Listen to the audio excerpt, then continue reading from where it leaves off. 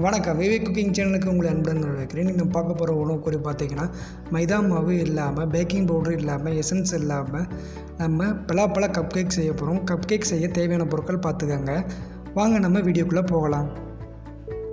பலாப்பழ cup cake செய்ய 150 gram அளவுள்ள விதை நீக்கிய பலாச்சொலை சேர்த்துக்கோங்க. 150 கிராம் அளவுள்ளதை 1/2 கிளாஸ் அளவு பால் சேர்த்துக்கோங்க.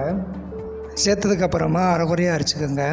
அப்புறமா 100 கிராம் அளவுள்ள ஜீனியை 2 பாகமாக பிரித்து சேர்த்துக்கோங்க. எதுக்கு 2 பாகமாக பிரித்து போடுறோம்னா, பேக்கரியை பொறுத்தவரை கொஞ்சம் கொஞ்சமாக தான் சேர்க்கணும். மொத்தமாக சேர்த்தோன்னா கட்டியாகிடும். மீதி உள்ள ஜீனியை சேர்த்துக்கோங்க.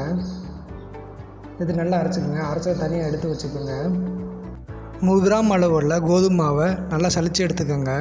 பேக்கரியை பொறுத்தளவுக்கு எந்த மாவாக இருந்தாலும் சலித்து எடுத்து வச்சு பயன்படுத்தணும்.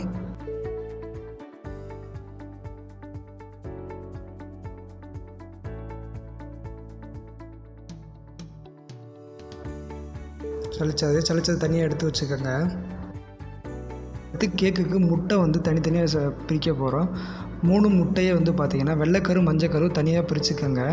ஒரு சிலர் முட்டை சாப்பிட மாட்டாங்க. முட்டை சாப்பிடாதவங்க பார்த்திங்கன்னா 70 மில்லி பாலும் 30 மில்லி தயிரும் சேர்த்துட்டு நம்ம எக் பீட் பண்ணுற மாதிரியே பீட் பண்ணி கேக் செய்யலாம்.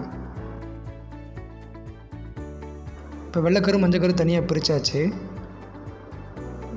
வெள்ளைக்கருவை தனியாக எடுத்து வச்சுக்கோங்க.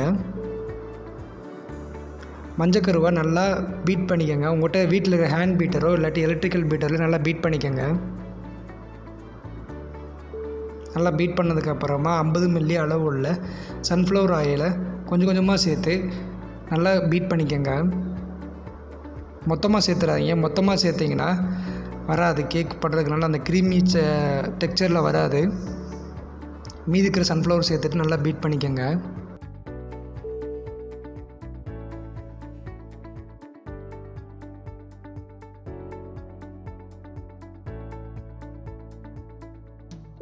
நல்லா பீட் பண்ணி ஒரு க்ரீமான டெக்ஸ்சர் வந்ததுக்கப்புறமா நம்ம ஏற்கனவே அரைச்சி வச்ச பலாப்பழ விழுதை சேர்த்துக்கோங்க.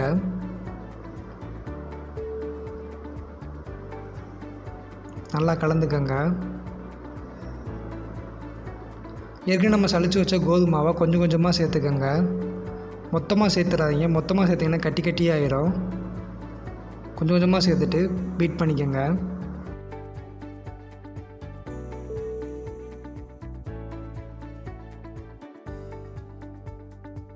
நல்லா பீட் பண்ணியாச்சு. மாவு ரெடி ஆகிடுச்சு. அடுத்து நம்ம முட்டையோட வெள்ளைக்கருவை பீட் பண்ண போகிறோம். ஏற்கனவே எடுத்து வச்ச முட்டையோட வெள்ளைக்கருவை நல்லா பீட் பண்ணிக்கோங்க. நல்லா க்ரீமாக வர வரைக்கும் நல்லா பீட் பண்ணிக்கோங்க. க்ரீமாக வந்துருச்சு. க்ரீமாக வந்ததுக்கப்புறமும் காணொலியில் காட்டுற மாதிரி கவுத்துனா அந்த முட்டையோட வெள்ளைக்கரு கீழே விழுகக்கூடாது. அந்தளவுக்கு பீட் பண்ணிக்கோங்க. முட்டை பீட் பண்ணதை கொஞ்சம் கொஞ்சமாக சேர்த்துட்டு நல்லா ஃபோல்ட் பண்ணிக்கோங்க. அடுத்து ஹேண்ட் பீட்டரோ எலக்ட்ரிக் பீட்டரோ யூஸ் பண்ணாதீங்க. கையாலே ஃபோல்ட் பண்ணுங்கள்.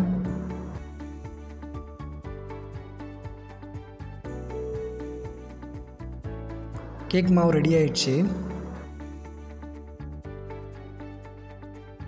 அவனை ப்ரீஹீட் பண்ணுங்கள். கன்வெக்ஷன் மோடில் செட் பண்ணிவிட்டு 160 டிகிரி செல்சியஸில் வச்சுட்டு டபுள் ஃப்ளேமில் வச்சுட்டு 15 நிமிஷம் நல்லா ப்ரீஹீட் பண்ணிக்கோங்க.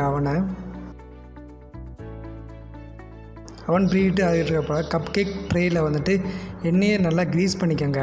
க்ரீஸ் பண்ணதுக்கப்புறம் மாவை அதில் ஊற்றிக்கோங்க. கப் கேக் ட்ரே இல்லாதவங்க வீட்டில் இருக்கிற கிளாஸ்லேயே க்ரீஸ் பண்ணிவிட்டு பேட்டரை ஊற்றிட்டு பேக் பண்ணி எடுத்துக்கலாம். ஊற்றுனதுக்கப்புறமா டேப் பண்ணிக்கோங்க. டேப் பண்ணுறதுனால அந்த ஏர் பபுள்ஸ்லாம் ரிமூவ் ஆகிரும். அதனால் டேப் பண்ணுறோம்.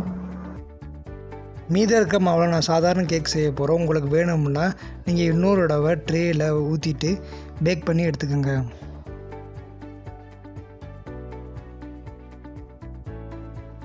கப் கேக் ட்ரேயை உள்ளே வச்சுட்டு 140 டிகிரி செல்சியஸ் வச்சுட்டு 10லேருந்து 20 நிமிஷம் நல்லா பேக் பண்ணி எடுத்துக்கோங்க. எல்லார் வீட்லேயும் ஓவன் இருக்காது. ஓவன் இல்லாதவங்க பார்த்திங்கன்னா குக்கரில் இல்லாட்டி இட்லி பானையில் மணலோ உப்போ சேர்த்துட்டு ஒரு 10லேருந்து 20 நிமிஷம் அந்த மணலையும் உப்பையும் ப்ரீஹீட் பண்ணிக்கோங்க. ப்ரீஹீட் பண்ணதுக்கப்புறமா நம்ம செஞ்சு வச்ச கேக் பேட்டரை ஒரு அலுமினிய பாத்திரத்தில் இல்லை சில்வர் பாத்திரத்தில் சேர்த்துட்டு உள்ளே வச்சுட்டு மூடி போட்டு மூடி 1/2 மணி நேரம் நல்லா சிம்லேயே வச்சுட்டு பேக் பண்ணி எடுங்க. பேக் ஆகிடுச்சு. கேக் பேக் ஆகிடுச்சா இல்லையான்றதை பார்க்குறக்கு ஒரு குச்சிலேயோ ஒரு சிறுக்கணிக்கிலையோ இல்லாட்டி ஒரு டூத் பிக்கிலோ அந்த இதை வச்சு கேக்கில் குத்தி பாருங்கள். குத்தி பார்த்தா காணொலியில் காட்டுற மாதிரி எதுவும் ஒட்டக்கூடாது. அப்படின்னா கேக்கு பேக் ஆகிடுச்சுன்னா அர்த்தம். சுவையான பலாச்சோள கேக் ரெடி ஆகிடுச்சு. இந்த பலாச்சோள கேக்கை உங்கள் வீட்டில் செஞ்சு பார்த்துட்டு எப்படி இருந்தால் கமெண்ட் செக்ஷனில் சொல்லுங்கள்.